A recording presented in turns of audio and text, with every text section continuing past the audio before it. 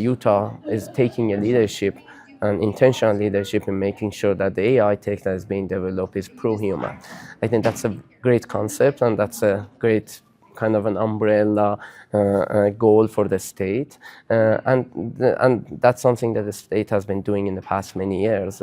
Like anything that you do should really not harm, not harm the livelihood of people and the people who live in the state, and specifically the children, right?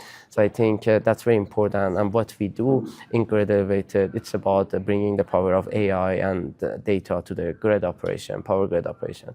And that's a critical infrastructure that we rely on every day, right? So like the power that you have in your house, everywhere, you can't imagine you live without power, right? And then the question is that how we bring the power of AI that is improving that grid operation through the ups and downs and the failures and the uncertainties, but not actually worsening it, right? So that's a big responsibility we take on to make sure that the AI tech that we introduce to the grid is making the grid better for everybody, for the people who are using it.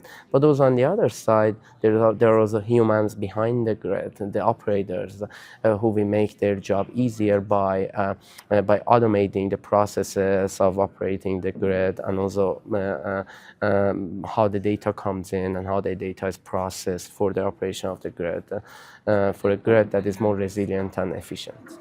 As an engineering professor, you can't sit like without a couple months of innovation. You really need to be at the edge of what you are doing, and that's been something that I've been doing personally in the past 10 years since I've been a professor. I keep learning not only for myself, but also what are we doing for the future, because in academia, we are not following what's out there, the trend, and building incremental. We are innovating for the future. We are developing tools and models and algorithms for the future, and that takes a lot of self-education. My students are specializing in power grid operation, and they take courses on power grid. But on the other side, we also teach them AI. So they have pretty unique set of skills that is not only knowing the engineering field, which is the power grid and electrical engineering, but also knowing how to apply AI in the power grid operation. And that's why some of the students we have, they are really in high demand, and they are being hired as a data scientist, as a machine learning engineer, as an AI engineer in power companies.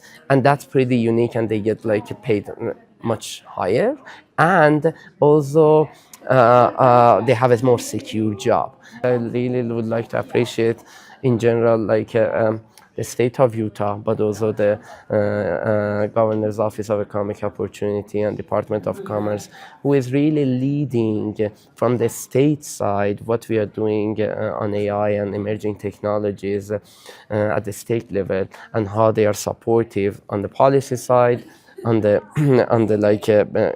innovation side, to really create an ecosystem of support for companies to grow, for education, for workforce development. I don't think that's happening in every state.